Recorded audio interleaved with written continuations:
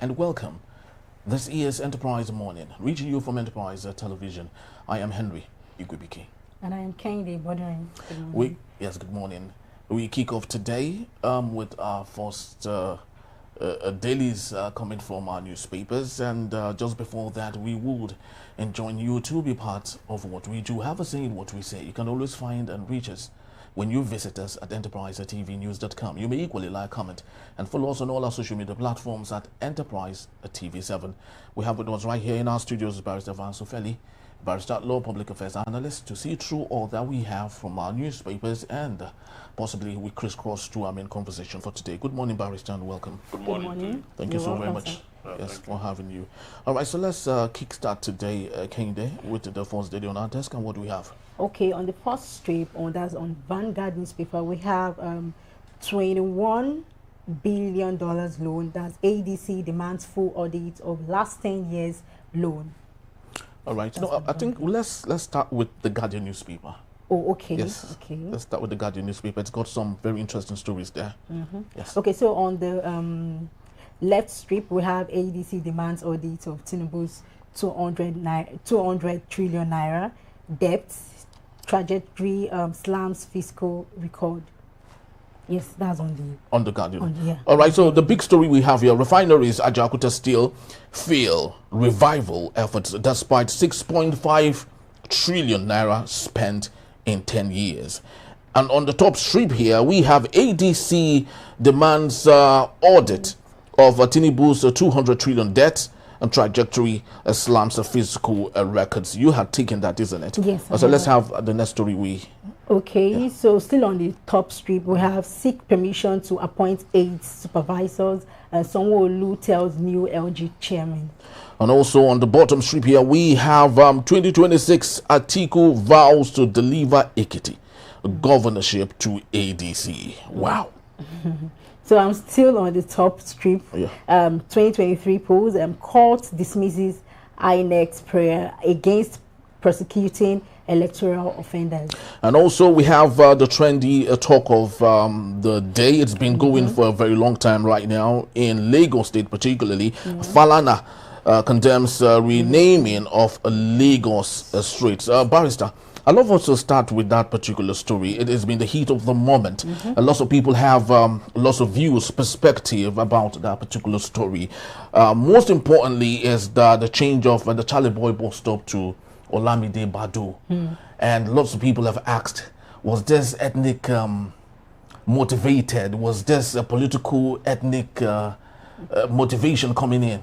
Or was it just the regular change of name that a state government have the prerogative to do?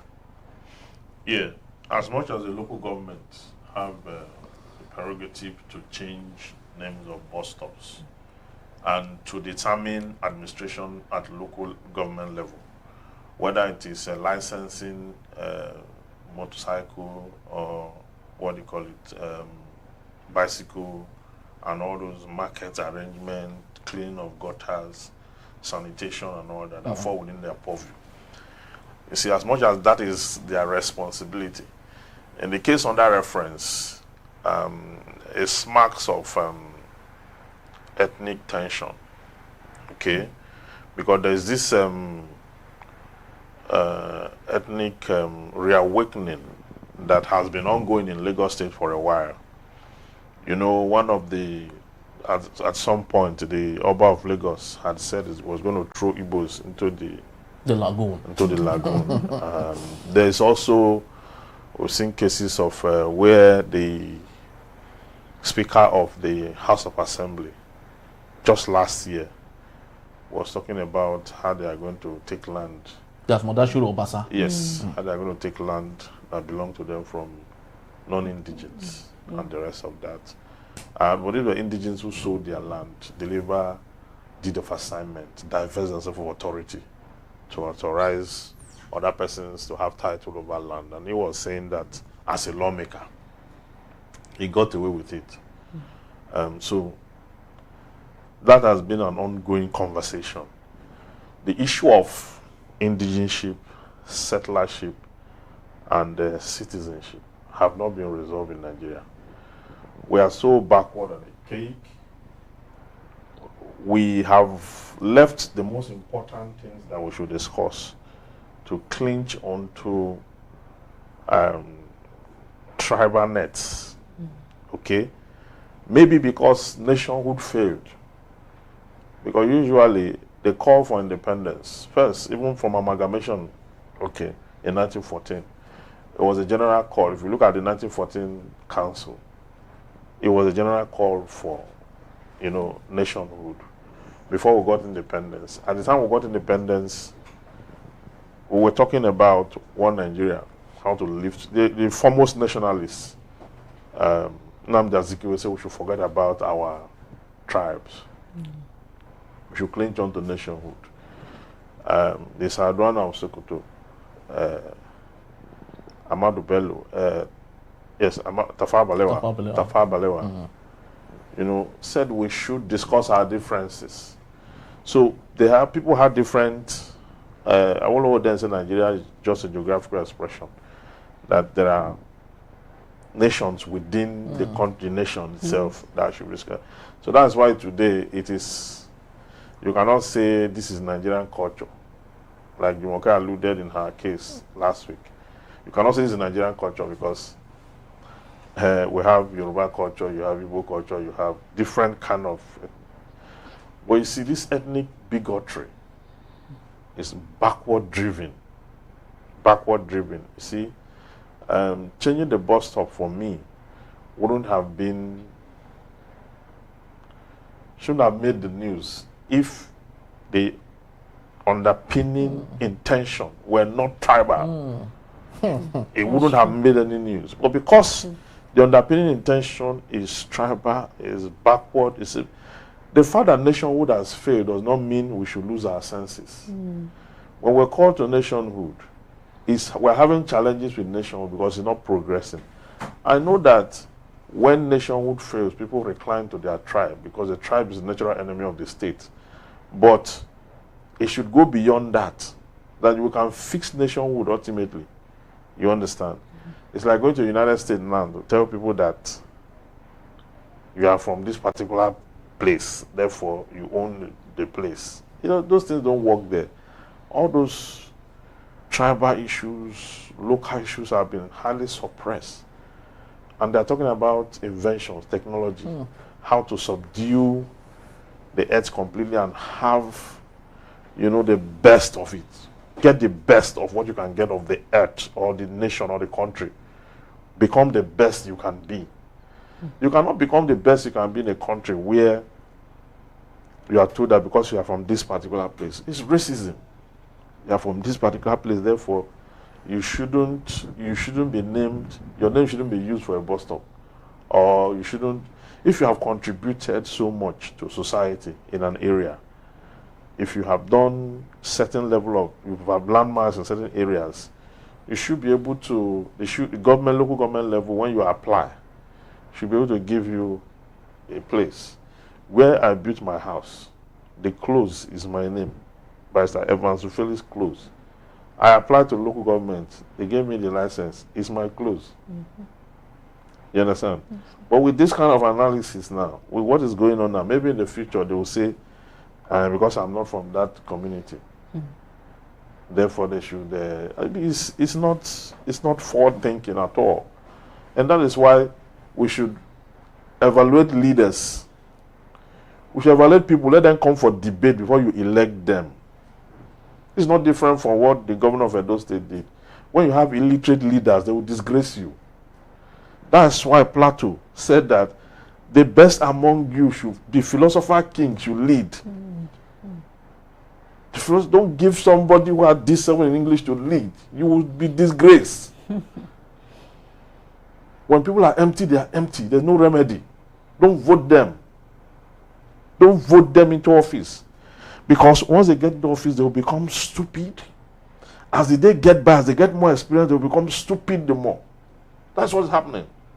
Okay? So, what's the remedy to this? Because now, you have sparked a conversation. Yes. And now, I mean, the younger generation, the Alpha generation, for example, those ones, tribe does not mean anything to them. That one's even far. I mean, the Gen Zs, They don't even can't fathom what you're talking about. But don't you think that will gradually infiltrate their mindset? We are destroying them by this. Influencing, yes. We're about to destroy them. We're drawing them into that net, that facade. We're drawing them into that acculturation.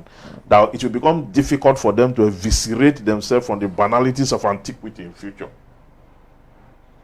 They will not be able to pull out, shed off that nonsense. That is exactly what they're doing. And you see, because children are children until they are corrupted by adults. That's what it is. We don't know the implication of our action, that it has a far-reaching effect on the next generation. The next generation that is thinking AI, that is thinking technology, develop an app that we don't need to be present to be able to achieve our goals. We don't need to be giving transport costs, traffic, and all these things. We are looking at bridging the world. Internet is the closest man have developed to replicate the spirit. That I can be here. I was talking to someone now from Germany before this program started, and we're seeing ourselves. Okay? It is the closest man has invented to replicate the spirit. You can be here and be in Germany and be in Japan and be at the same time. You can be omniscient with technology. That is where the world is going to. Now some persons are talking about clan, tribe, clanism. You are from here, you are not from here, you not come here, you go here. I mean, that is why Aristotle say education is the ornament of prosperity and refuge in adversity. Like the foundation. We must not elect people that will disgrace society. I keep saying this thing. Forget about their influence, what they hold, once they go into this issue of tribalism. Tribalism destroys people. You say, he's a Yoruba leader. He's a Yoruba. Don't vote him. Don't vote him because we disgrace you. We are in the 21st century. In the 21st century, don't vote him into any office. Very lamentable. Very lamentable. Barrister, because one should be thinking, because when we see other cities that should be at the same position with Lagos, cities like Casablanca in Morocco, cities like Johannesburg in South Africa, these are cities that have moved years above of what we're doing right now, and we are still talking about very mediocre issues that we shouldn't even be lamenting about. It's actually so crazy. Very, that is uncalled for. And sometimes I reason, I'm like, okay, how can we even put this word tribalism to an end? How can it be stopped? Because I feel that tribalism can create in fact, it has even created a whole lot of things that cannot even be reversed rather. All right. So that's a very good one from you, sir. All right, so let's take a look at other matters here. The big story: refineries at Ajaokuta Steel fail revival efforts despite 6.5 trillion spent in 10 years.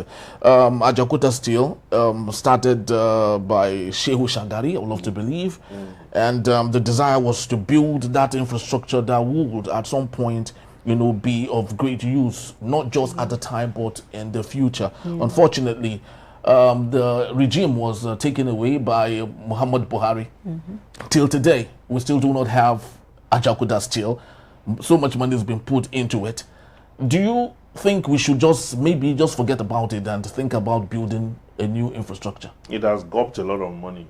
I mean, and even Ajaokuta Steel were to be working, we will not be importing iron rods, okay, because it's a viable means. The market is readily available at any time.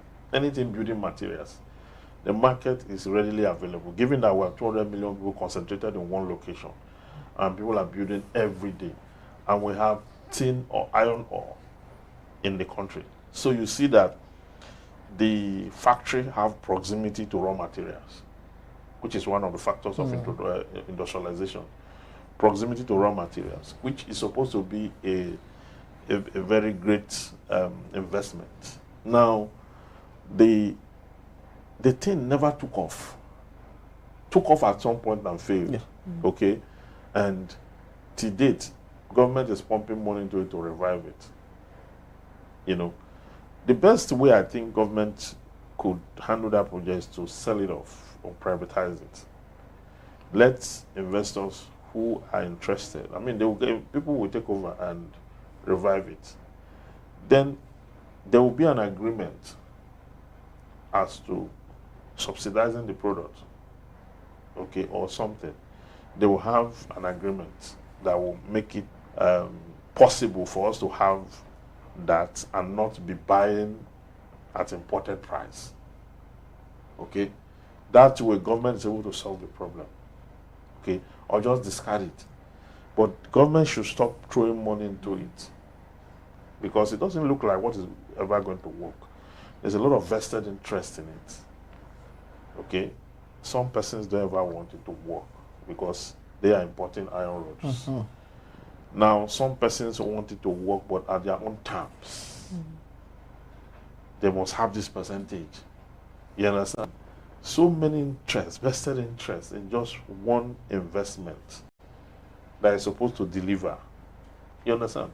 Look at what LNG is delivering, for example. LNG alone is our highest earner in terms of gas and liquefied gas. Yes. You understand? If we had that kind of investment in 5 different areas, let's say in steel, LNG, that on gas, on different areas where we have the mineral resources in Nigeria, you know, we'll be able to do more. Exchange rate will not be this way. It won't be this, you know, this rate we have. We'll be able to earn enough forex to, you know, drag down the exchange rate. But we don't have it, and government is not really. Government believes in this moribund project. More so because it is easy to use it to steal. It's a conduit. When we form a committee, we ask the committee to go and evaluate it, go and look at the project. They will submit their report. They will say from expert report, the project is can be revived, you know, and it's going to cost this to revive it. You mean these contractors have been bidded, okay, and they've been shortlisted, and so they need this money. So they get the money, they involve the contractor. The contractor submits to them and give a heavy kickback. What will be left is not able to revive anything. Then you will now set up another committee to go and probe the existing committee. Yeah, the existing committee and the contractor. And at the end of the day, they will not say the contractor should bring, so that committee will also be corrupt. You understand? That is what happened to Farouk Lawan. His political career was destroyed because in 2012, they were to probe those companies that claimed they were bringing petroleum product into the country. Many of them will just write in a balance sheet a lot of millions of liters of fuel they brought into the country that has been consumed. You ask how many liters do we consume in Nigeria in a day, nobody will give you an answer. They don't know. Because by the time you know how many liters, you'll be able to calculate to see this person that say he brought from October to this time into the country, and the country expend this. How will you have brought in this if this is what the country? They don't want to know. That's why till today, NNPC will not give you a figure of how many liters we consume per day. Because if you and I know, we can audit them. So that information is very important that it is kept discreet. So at the end of the day, they will come and submit all those papers. Nigeria, they were pumping money, paying all of them. Those who brought, those who didn't bring anything. There are companies that existed since they started. They never imported a drop of oil. They were collecting subsidy. When they set up a committee at the House of Rep to probe them, the chairman of the committee were calling them one after the other to collect money from them so that they just clear them. You understand? So the country is immersed in serious corruption. the person you send to go and hunt the thief gets there, begin to negotiate with the thief,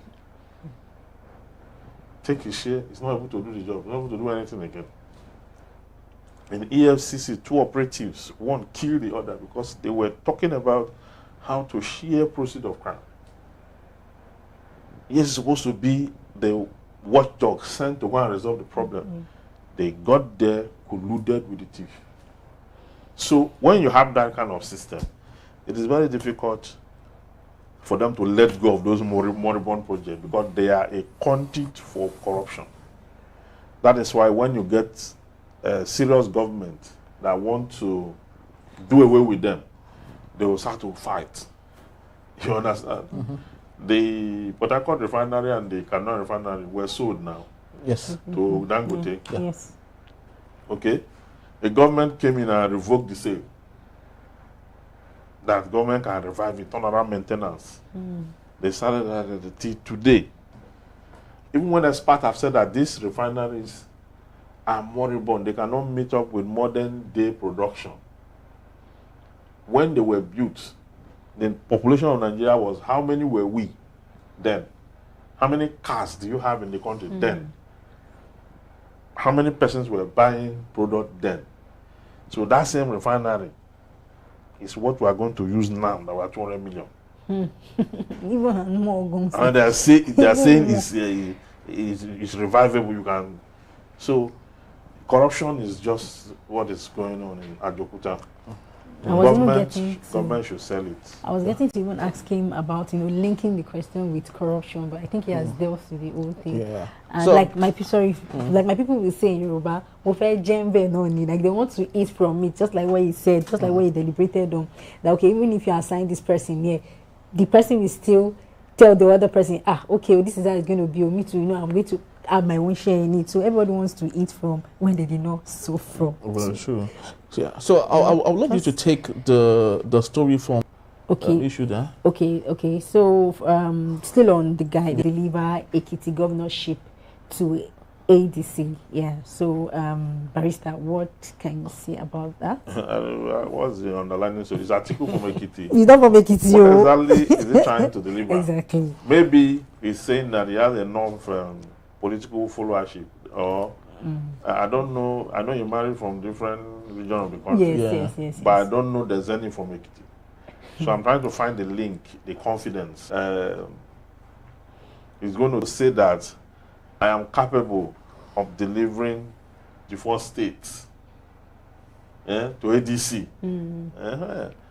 We'll now start to say, okay, what it means therefore. Because what you need is 25% of 24 states is what you need to clinch the presidency. So if he's saying that, then I'll begin to interrogate to know what are the indices, how is he going to do it. But when you just go to a remote angle and say Ekiti, you deliver Ekiti. So what? Anybody can deliver any state if they are serious about it. If they have the right tools, if they have the right information, they have the right campaign strategy, can deliver it. So maybe I will need to read the body of the story much more than the headline or the writer to agree or disagree with him. That's what I think about it. All right, Barris, just before we call it go for today on this particular segment, let's take a look at this other matter. 2023 polls, court dismisses INEC's prayer against the prosecuting electoral offenders. We do not know the detail behind all of this, but this is what we have. But what do you think? Why do you think the court will dismiss INEC's prayer against prosecuting electoral offenders, knowing that these people are enemies of the state? The only way court will dismiss it is if there are no evidence, or if the evidence so adduced is not beyond reasonable doubt. You understand? Is because the evidence that should inculpate a defendant in criminal prosecution must be evidence that are beyond reasonable doubt. You understand?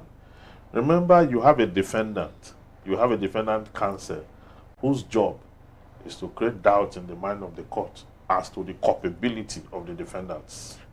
So if he succeeds in creating doubt in the mind of the court to the point where such that no reasonable court can stand on the evidence so adduced to convict the defendant, then the court will dismiss the case, because the law is that once doubt is created in the mind of the court must resolve those issues in favor of the defendant. Okay. You understand that it is better to free 99 criminals than to convict an innocent man. Okay, that's the position of the law. Now, there are a lot of electoral offenders all over the country, because the average layman will say, even when we know that the people were rigging election and people committed offense during election, that's true, that's what you know. But if those persons who were brought to court, the court will use the evidence before it to determine their culpability. The evidence before, not what the news is saying, or not what people are saying, they were rigging, the offenses and all that. What you call an offense as a layman is not an offense to the court until the prosecution have proven it, that with his actions or inactions, the defendant committed this offense. The court will now say, okay, he committed this offense. The court now wants to look at what are the evidence inculpating the defendant. Then you tender evidence. Now, when you tender evidence, it's not enough. The court now looked at the veracity or probative value of the evidence so tendered. If the evidence so tendered are overwhelming and had successfully inculpated the defendant, the prosecution have proven his case. But if the evidence, if they are hearsay, they are weak, they are tainted evidence, they are evidence that no reasonable court can rely on same to inculpate or to convict a defendant, the court will have to resolve it in favor of the defendant. So that's what it is. So it's not enough to just say there are electoral violence, there are electoral offenses, there are electoral this and that. What is before the court? Is it sufficient evidence to inculpate the defendant? That's the question the court is asking. And it doesn't matter what the public think. But if we rely on this duration just to get someone incarcerated, do you think we would ever get justice, or do you think we would ever get to that position where we would get things done the right way? The court is convicting people every day. The court is convicting. If these ones, if they had successfully proven their guilt, court will convict all of them. That's the truth. The court will convict. The court knows no one. That's why you see the lady Justicia. The court knows no one. I mean, it's not about what you are saying, it's about what you are saying and presenting. And it's also about what the defendant is saying and disproving. Okay. Yes, you can disprove. Yes, because the fact that people committed electoral offenses does not necessarily mean that those brought to court were the people that committed it. Okay. Yes, you could have mistaken identity. You could have innocent persons arrested. You could have, but during the course of trial, the court is able to wade into the issue. And from examination in chief to cross-examination to re-examination. By the time you go through the fire of that, whatever is coming out thereafter, the truth would have been on earth. So that's what it is. All right. We would leave it at that. And of course, just to let you know, the barrister will be here to take us on our main conversation when we return. Super Falcons Wafcon victory offers lessons in national unity. Let's get to see what that means. We'll be right back. Please don't go anywhere.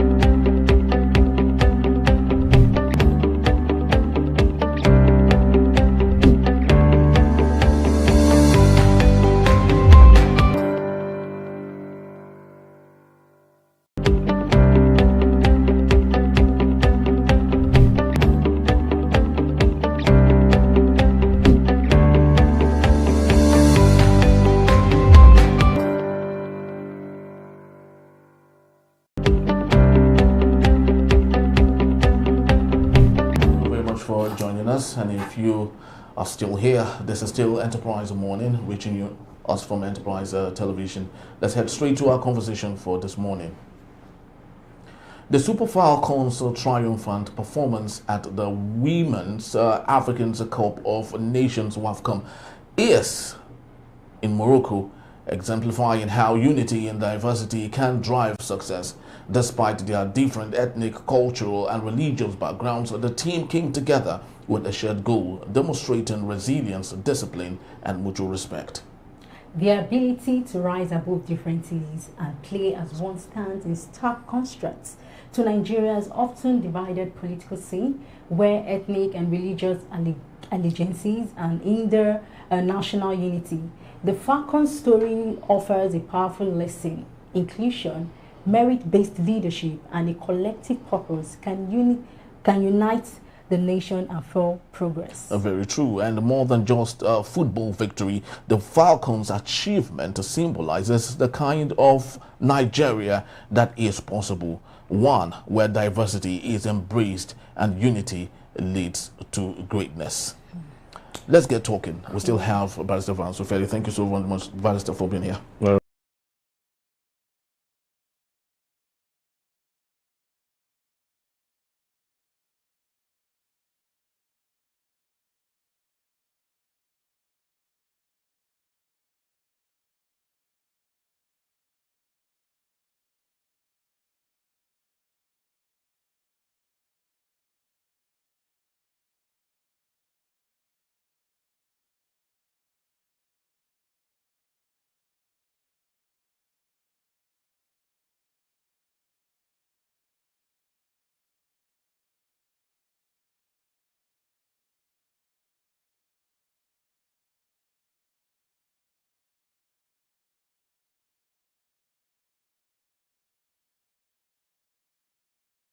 yeah, stands out in the entire black race, in the entire world.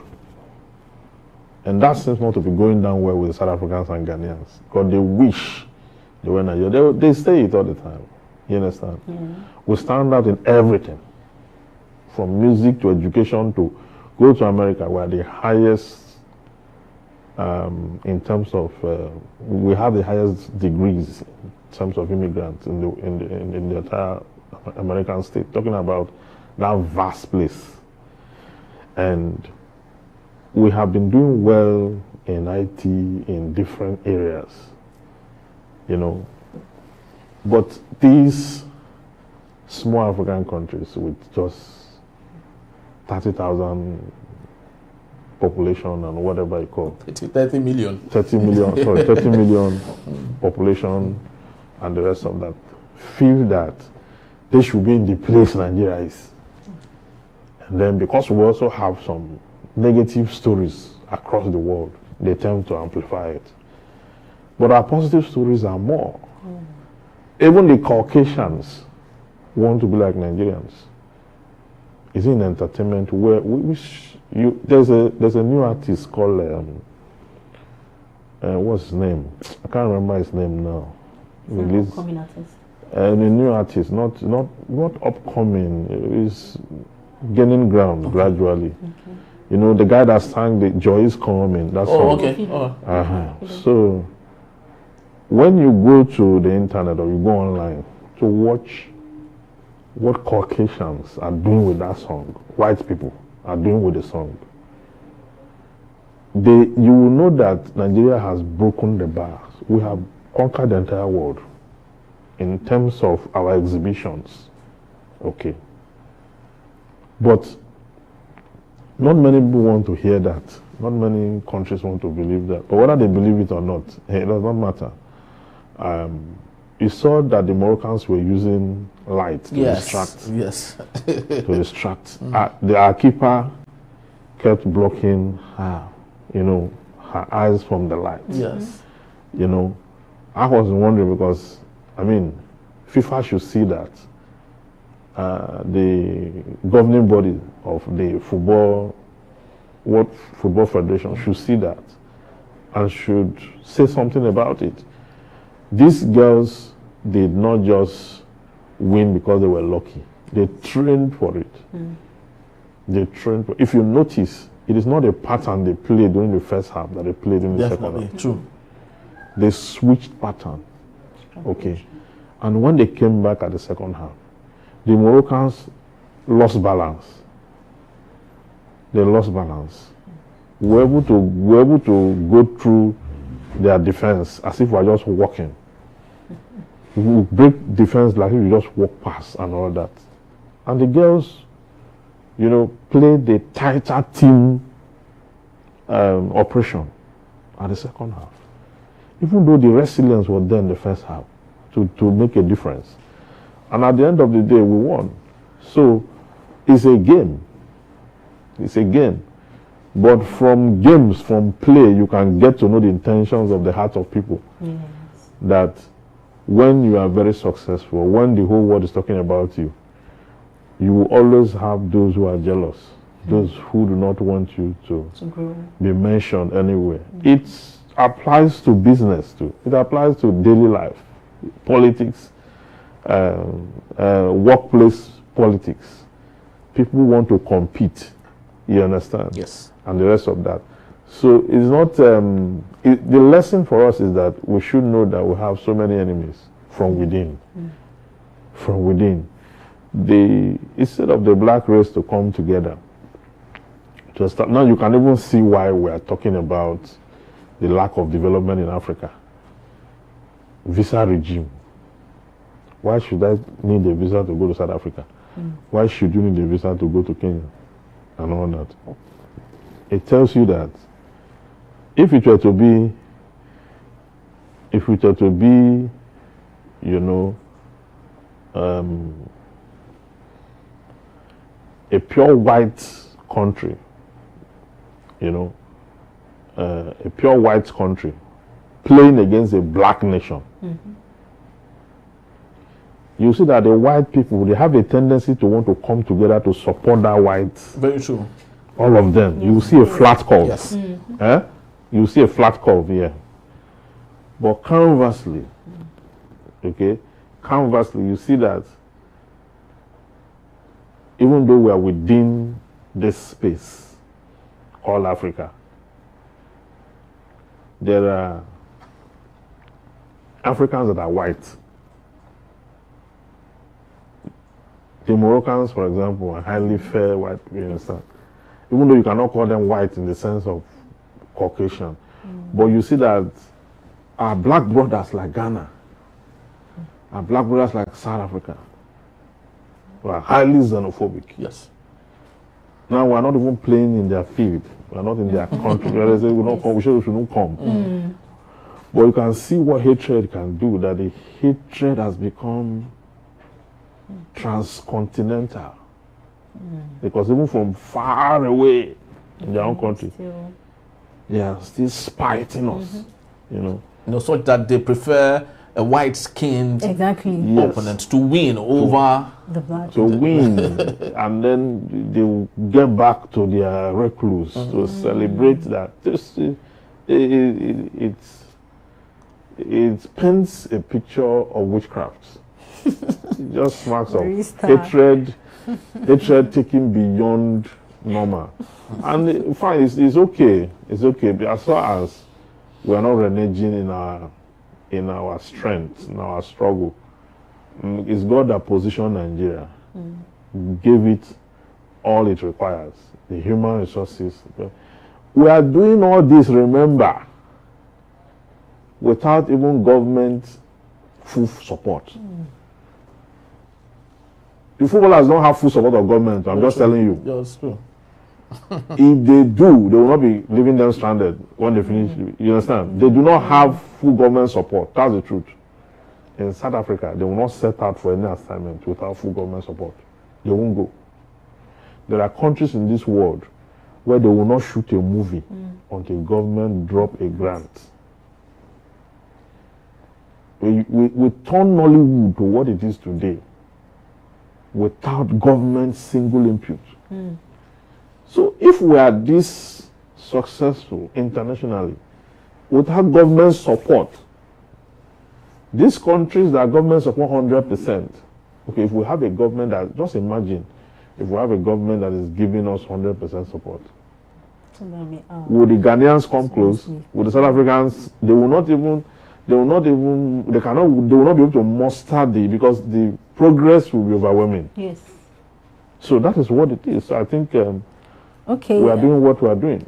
Okay, I think that's a very good one from you, and I really want to take this to our personal lives, but I think it has just, Barrister has really, gone into that a bit, right? But I will just take it to, I'll just bring it down to our government, right?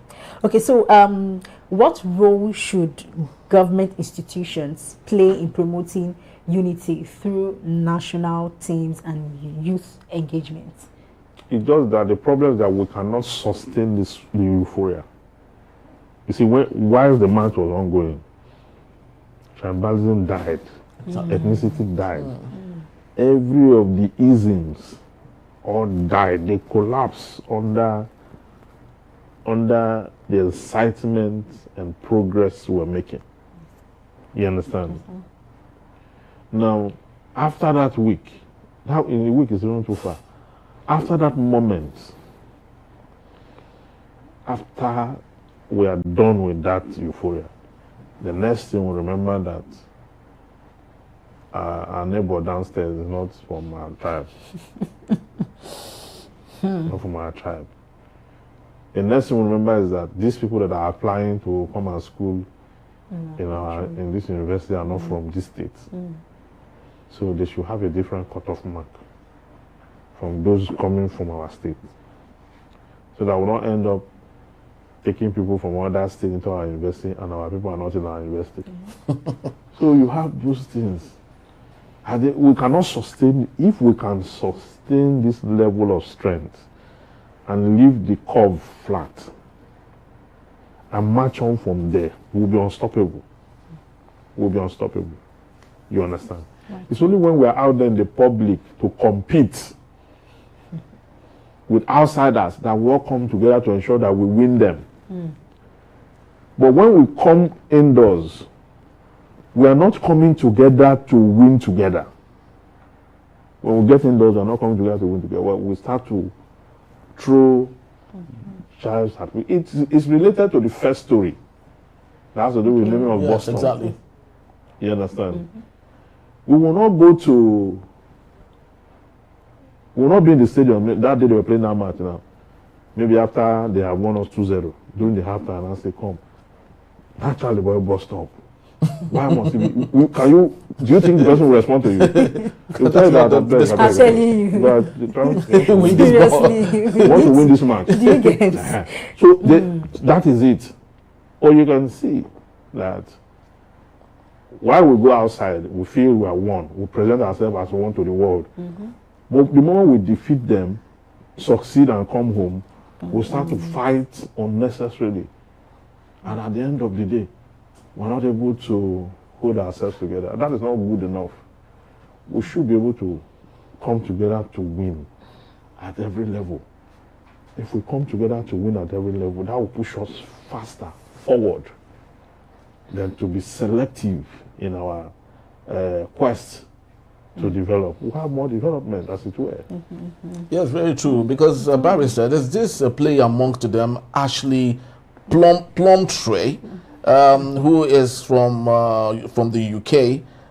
Though she has said her ancestry is from Nigeria at one point or another, right? But she is so very addicted to desiring to be Nigerian, just like you've rightly said, and she's represented for Nigeria as a defender. So we are not even talking about that. For us, it's good if she comes to win for us, right? But up until today, we still have people that I, in quote, call opinion leaders who are opposed to some of these things. A very good example is Reno Omokri. When the team won, he was the first to come congratulate and, of course, said it was because of Bola Ahmed Tinubu and how that he has been so helpful to the nation, and that was why the women, won. But I would love you to speak to the issue of opinion leaders who have been the target to creating this this fragmentation that is within us. Well, I don't like discussing Reno Omokri. I don't like discussing Reno Omokri because If I go into Reno, it will come out with wounds. It's not a true representation of a true Nigerian. Yes, he is not consistent. He only responds to where resources is coming from. And being a hand-to-mouth analyst like him, I do not think. Let me just take the issue based the way you present it. Yes. Opinion leaders generally, Yes. you know, spiking ethnic bigotry and the rest of that.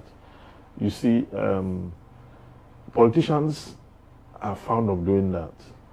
Those who want to make sure that people don't see themselves as one, or people don't see themselves together. You know, during the campaign, for all political campaign, you find that subtle element of bigotry thrown into campaigns.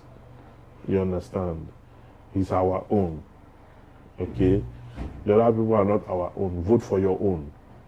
You understand?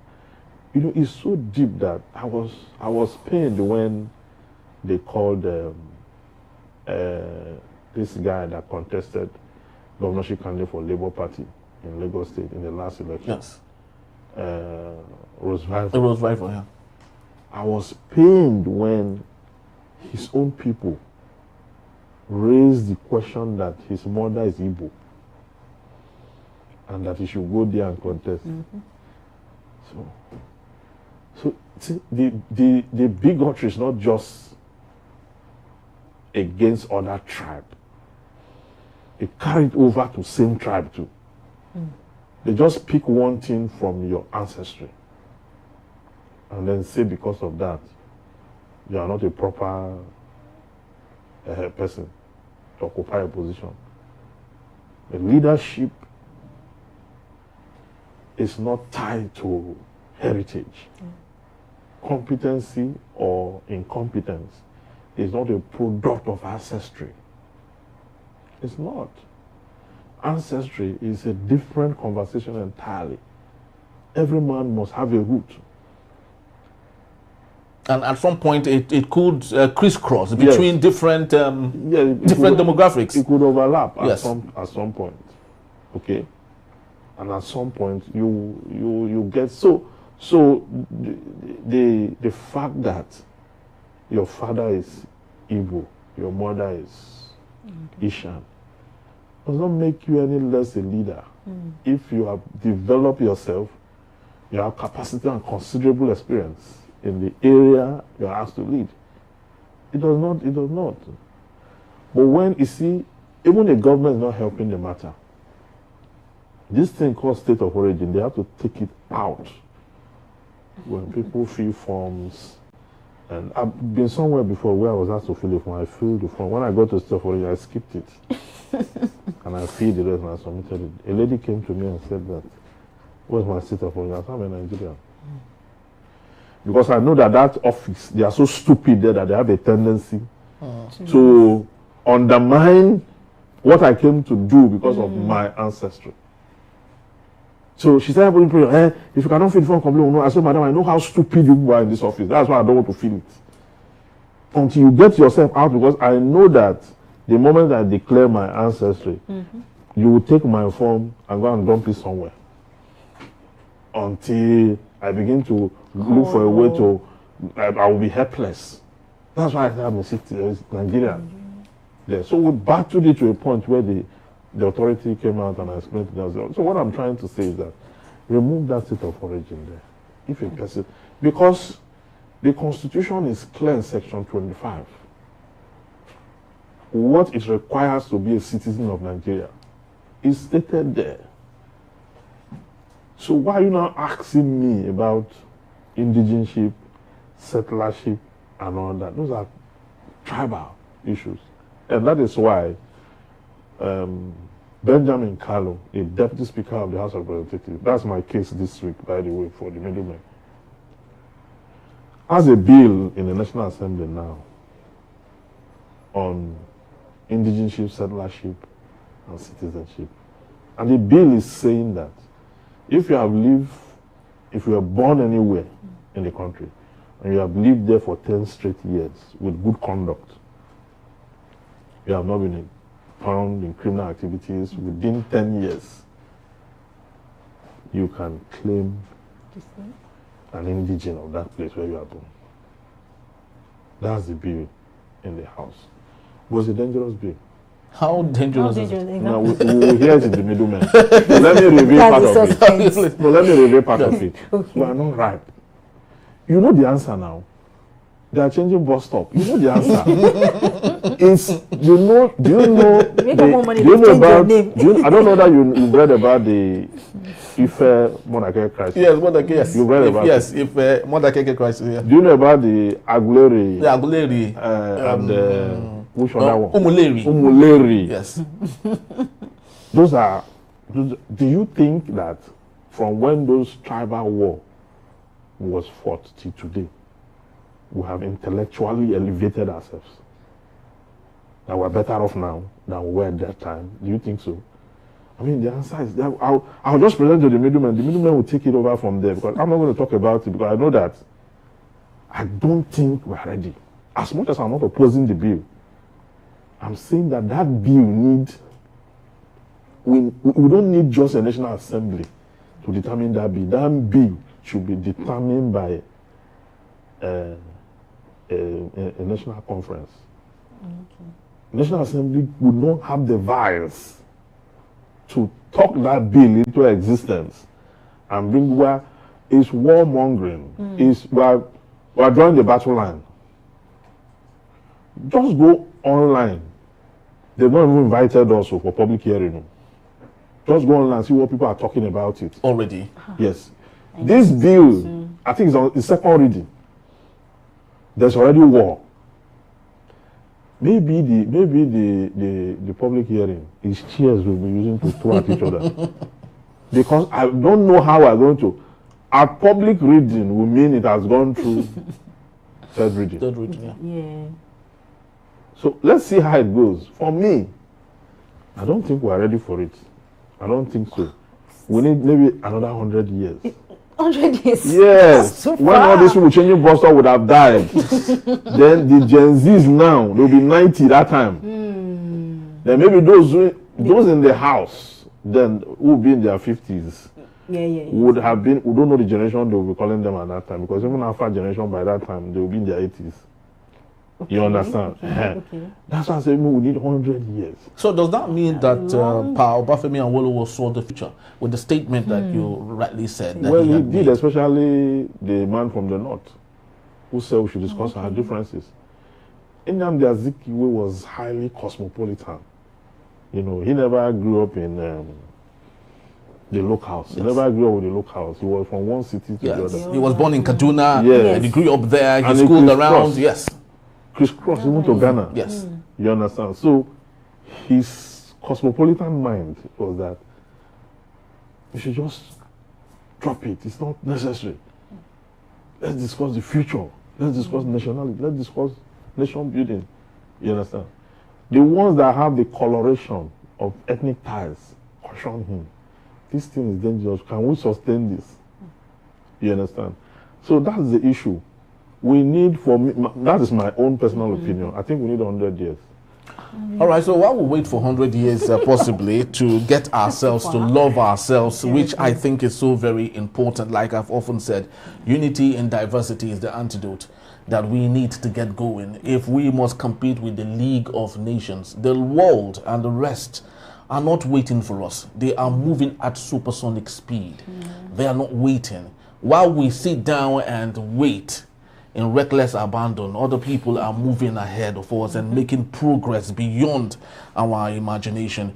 It's been stated just recently, NVIDIA, a barrister, NVIDIA total net worth is 2 times or 7 times above the total net worth of Africa. Just one company. One company. NVIDIA. You know, so these are people, individuals are becoming wealthier than countries. Yes, very well. Yes. And here we are still thinking about ethnicity and... Microsoft is giving to nations. Microsoft is giving, not loan, grants. Grant means you don't need to pay back to different countries to alleviate poverty, to provide public healthcare services, different countries. You know, it's a company.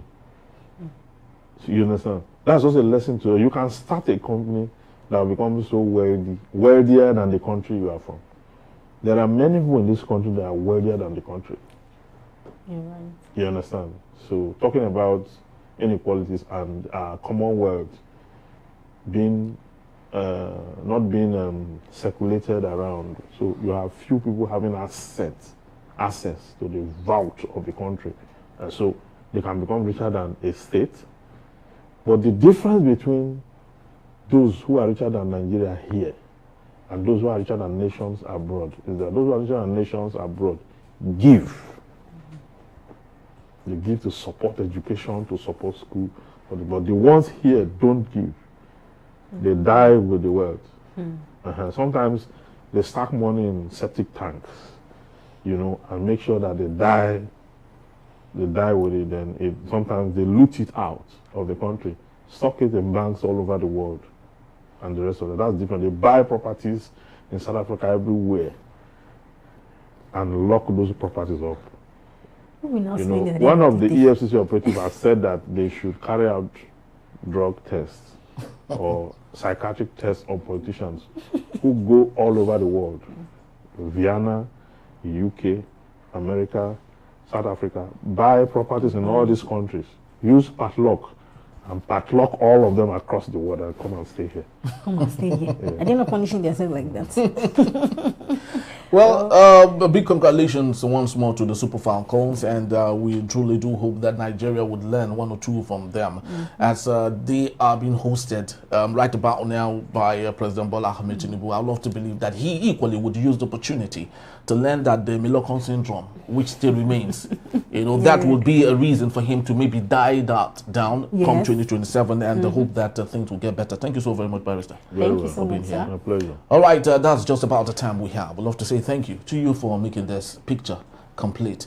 Please do well to visit us if you may. You can always find us or reach us when you visit us at EnterpriseTVNews.com. You may equally like, comment, and follow us on all our social media platforms at EnterpriseTV7. I am Henry Ikwepike. And I am Kendi Bodron. On behalf of the entire team of Enterprise Television, thank you so very much once more, and we'll see you soon. Bye-bye.